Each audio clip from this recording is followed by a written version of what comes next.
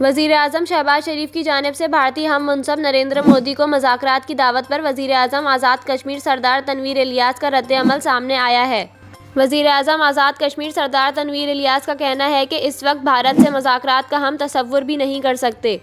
तनवीर इलियास ने कहा कि कश्मीरियों की कुर्बानियों को पसे-पश डालकर भारत से कोई बातचीत नहीं की जा सकती। उन्होंने ये भी कहा कि भारत अक़वाम मुत्तहिदा की करारदादों से भागकर कश्मीर में जबरी कब्जे की कोशिश कर रहा है। आज़ाद कश्मीर के वज़ीर आज़म ने मज़ीद कहा कि अक़वाम मुत्तहिदा की ज़िम्मेदारी है कि मसला कश्मीर के हल के लिए भारत पर दबाव बढ़ाए।